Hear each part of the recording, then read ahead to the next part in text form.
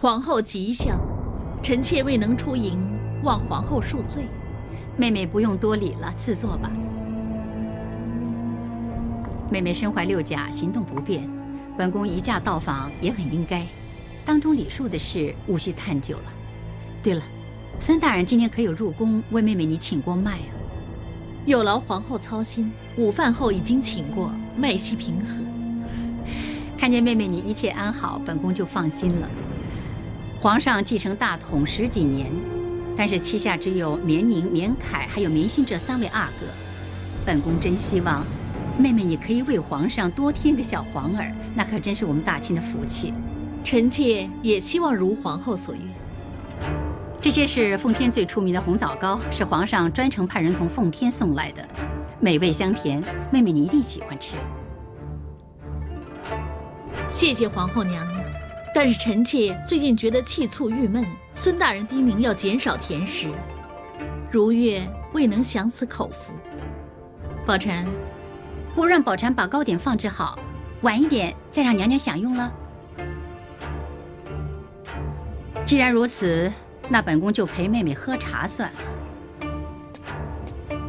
这种叫六安茶，是安徽进贡的上等茶叶，味甘正气，有凝神益气之效，最适合在待产时候饮用的。光是一闻已经知道茶味馥郁甘香，那妹妹就要多喝一杯了。娘娘小心茶热啊。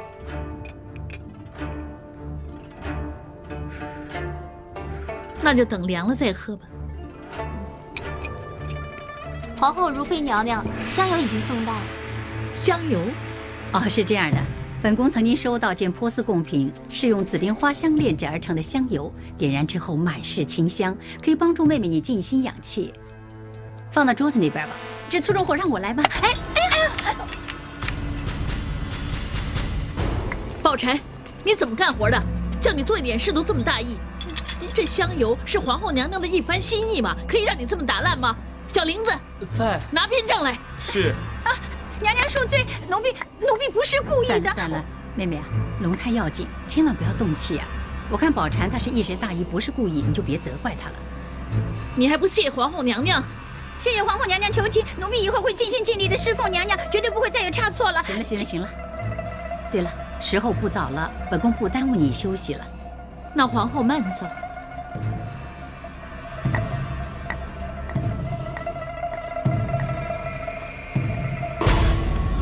娘娘，你怎么样？你怎么样了？快点，快叫孙大人！哦，孙大人，孙大人，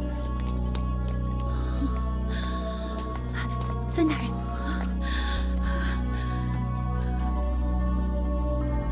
大事不妙！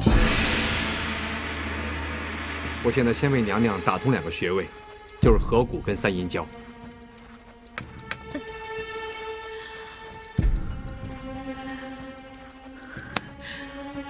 你给我听着，如果龙胎有事，你也一样头颅不保。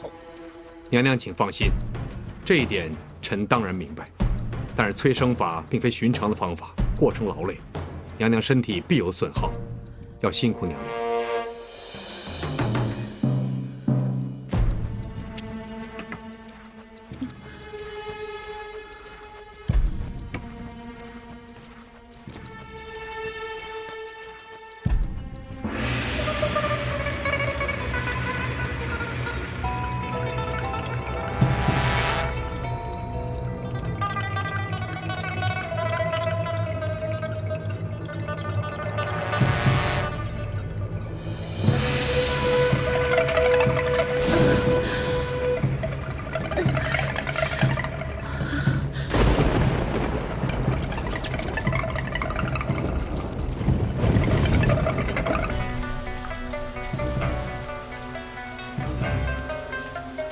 可以服用了。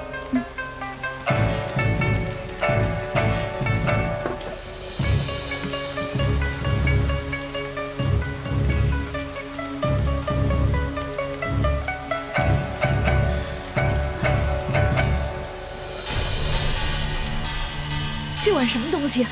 回娘娘，这碗叫催生饮，奴才还额外多加了益母草，有去于催产之效。服后如无意外，半个时辰就会起催产作用。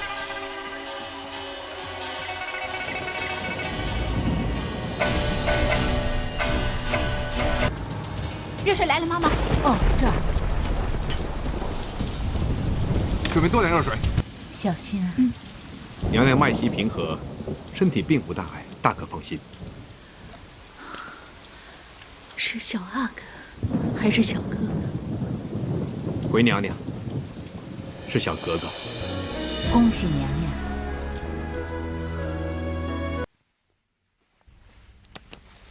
娘娘产后气虚血弱，脉象稍见凌乱，不过只要进补得宜，静心养气，相信过了坐月之期，血气会畅旺，凤体祥和。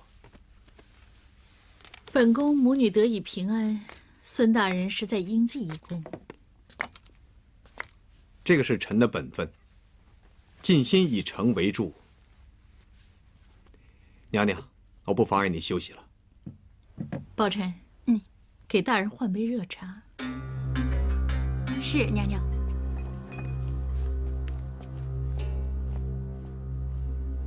大人的手没什么吧？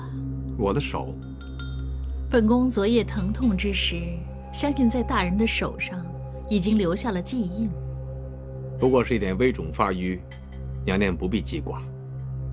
经过这次催生保胎，能够险中求胜。太医院里谁是尽心于我，谁是按旨办事，本宫又岂能不记挂呢？其实太医院院规严明，催生之法绝非正路，臣只是情非得已，不得不行。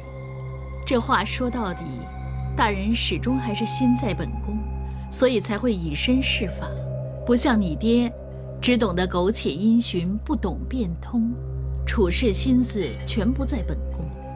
孙大人他律守依规，当日只不过是受皇后娘娘的吩咐，才会处处以娘娘凤体安危为虑。这么看，大人跟你爹的关系，并非外间传闻那么差。在皇上的后宫，本来就应该像一个大家庭一样。不过人一多，就总会分门户，有门户那就总会有矛盾。在矛盾和门户之间，有人就想置身事外，有人就想左右逢源。但是本宫想告诉你，只有坚守立场、忠贞不二的人，他的命才可以活得长久。本宫是一个感恩图报的人，而且本宫这次的遭遇，个中来由，孙大人知道的最清楚。所以本宫也不得不把孙大人当成自己人看待。经过这次事件，你们父子二人就早已各适其主，只怕日后再生事端，孙大人就要好好想清楚，忠孝这两个字，到底哪个轻，哪个重？你明白我的意思了？孙大人，我们还去不去医药房了？当然去了。不过，如果孙大人他真的检举了我们，你以为我们还可以平平安安地走出永寿宫吗？这样吧，你也累了，你不用去医药房了，先回去休息吧。是大人，奴才先行告退。